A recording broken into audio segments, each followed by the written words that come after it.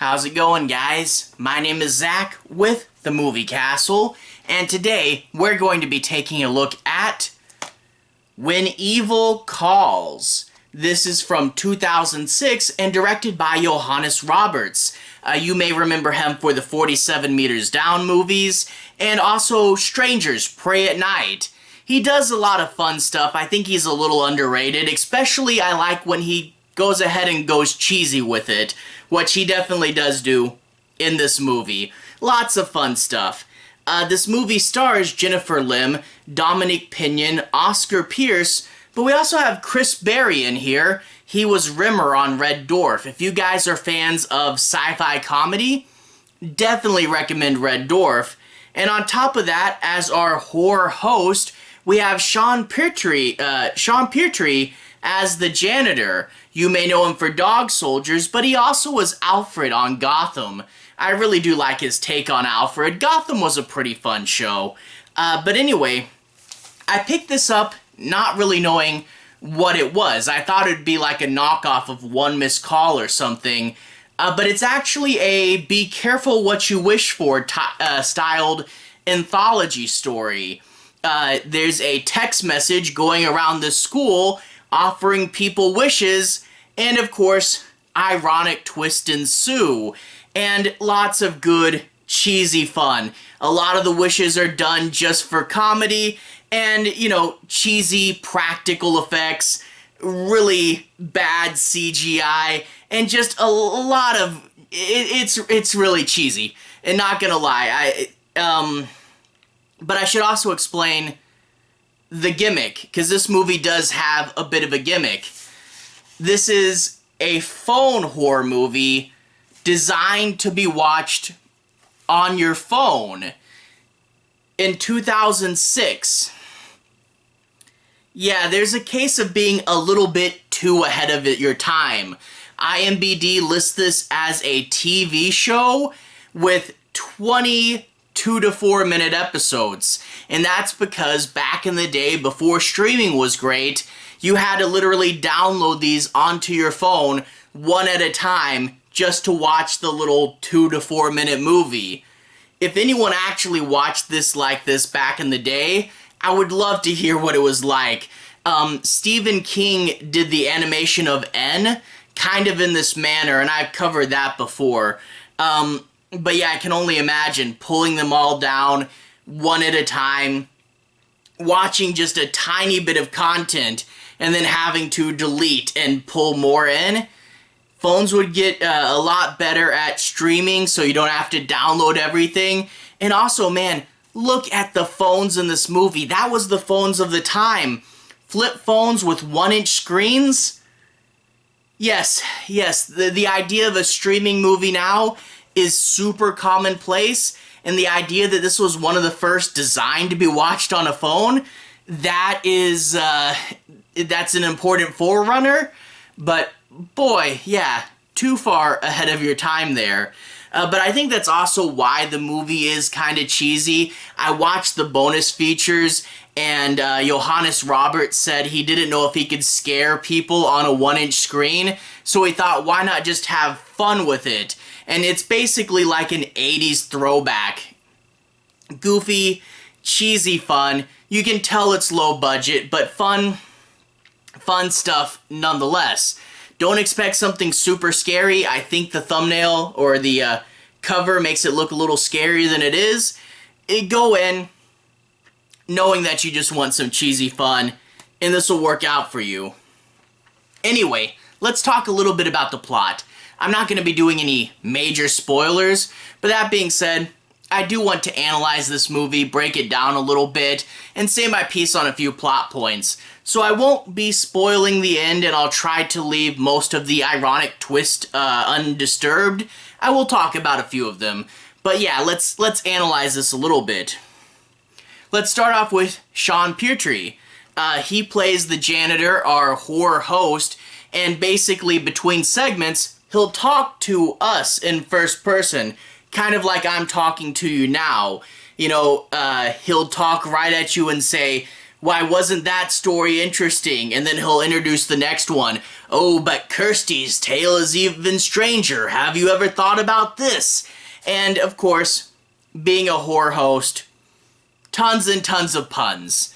Now, that being said, this is definitely filler, and after a little while, you really do start to feel the weight of the filler, but you can tell Sean Pertwee is trying, but, yeah, there is a little too much of this. But the thing is, and why there is so much, is this movie, according to the back of the box, is about 76 minutes long. If you want your movie to have wide-scale distribution, it has to be at least 75, and all the Mobisodes weren't long enough to be 75 minutes. They're all 2 to 4 or so, and yeah, they needed to add something. IMDb says in the trivia that the DVD is an extended cut. That's gotta be the janitor segments. And hey, if you're going to fill out your movie with padding, I've seen worse ways to do this.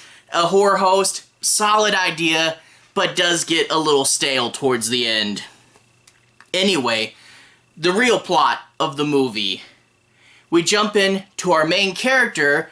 She's a bullied kid. Her father is actually the headmaster of her school, and one day bullies stomp on her phone and break it. Well, that's not good. We then cut to her at home holding her broken phone when suddenly a clown appears. It's never good when clowns appear when you're not expecting them, huh? Anyway, the clown takes her phone and almost like a little magic trick, repairs it, and then it pops up with, "You have won a wish." That's what the graphic does, right at the camera all the time. And the thing is, you text your wish in, and then you have to forward it to 2 people. It's a text message chain.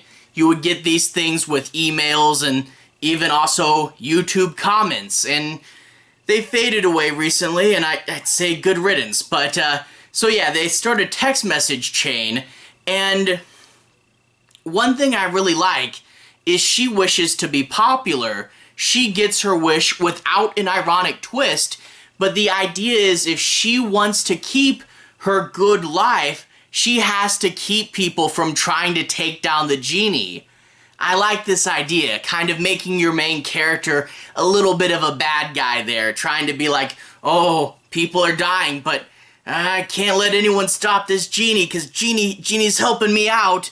And I wish they had played off that more. This is pretty much an anthology show. Like, you do get some reoccurring characters. The main girl will be in a few of the sketches, and so will like her boyfriend or the bully, and there is a host of repeating characters. Sometimes someone will have their wish and it might mess them up, but they're not dead, and maybe the next person might encounter them in their story. You know, there's some interesting ideas here, but it is pretty much anthology, but with some connecting elements and a bit of an overall plot. Her father, the headmaster, is this kind of evil guy that just wants school to keep going. Yeah, kids are dying, but why would any of this be related? Kids are stupid, let's just move along and keep school going. And he'll get to the point where he's literally finding a human hand on the floor and just throws it away. A little too far, but the movie is cheesy. You also get these 2 cops that kind of start to figure it out, and one of them is like supposedly a pretty smart cop, but he's an alcoholic and he has a thick Scottish accent, and only his partner knows what he's saying, so he's like, oh, what he means here is we should look at this. Kind of a funny idea, but a little bit more on the wacky, silly side. But eventually, you know, the plot will move on, but there's not as many plot segments as you may think. Really just a few towards the end. It is primarily anthology with these wacky wishes, and I guess I should mention that. I really do like that we get more than just the 3 wishes from this format, but boy, do some people not know how to word a wish. No euphemisms, no figures of speech when you do a wish. That is just ample room for the genie to put in an ironic twist. A few examples. One girl hears the phrase, "You're cute enough to eat," right before she gets the text. So she texts, "I wish I was cute enough to eat." Don't do that. You get another one where some girl says, I wish we were together until we died. Don't do that. Another person, "I wish people could see how beautiful I was on the inside." Some of these kids just have it coming. But a good example of ironic twist, one of the first few wishes is you get this segment's main character and her enemy, and she says, "I wish I was more beautiful than my enemy," and they're in chemistry class, she trips, acid to the face. The genie didn't make her prettier, just made the enemy uglier. Ironic twist, right? Also, the acid on her face, pretty bad CG, but granted that this movie was meant to be watched on a 1-inch screen, maybe not the worst CG ever? Yeah. So that's a good example. There's also a few wishes that are made purely for comedy. One guy wishes his girlfriend had bigger breasts, and they're of course going to inflate comedically. You do get some in that tone.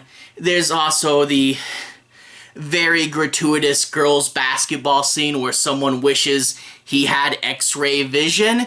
And let me tell you, if you are a young adult and had this on your phone in the year 2006, you were probably considered very lucky. But yeah, there is stuff like that. But there's also a few scenes, I mean, this happens in low-budget movies, that just don't make much sense or don't work out too well. Like, one of the girls tries to seduce a teacher. He says no, and then the girl gets the wish text, but we never see what she wishes for, and then all of a sudden the teacher's walking down the hall and she's there and she just has a scary face? What was that about? And there are a few moments like that where the wishes just don't quite make sense or the segment isn't as good as it should be, you know, and it's not all the time, but there are some stuff like that. But overall, yeah, it is super low budget, and it definitely isn't meant to be taken seriously, and watching them all at once, yeah, it does get a little all over the place, and it does get a little repetitive with that same text and the repeating elements. And yeah, the host segment, not the best thing ever. But that being said, if you want a super cheesy movie from 2006, this is pretty fun. Again, don't expect it to be legitimately scary. Don't expect the best thing ever. But I still had a pretty good time with this. So if you want cheesy horror, you got it right here. Anyway, to everyone who's watched so far, thank you for watching. To everyone who's liked and subscribed, thank you. You really are helping the channel out. I'll leave a relevant playlist on the bottom. If you guys want to see more videos kind of like this, you can find those there. Anyway, have a good day. I'll see you guys again very, very soon.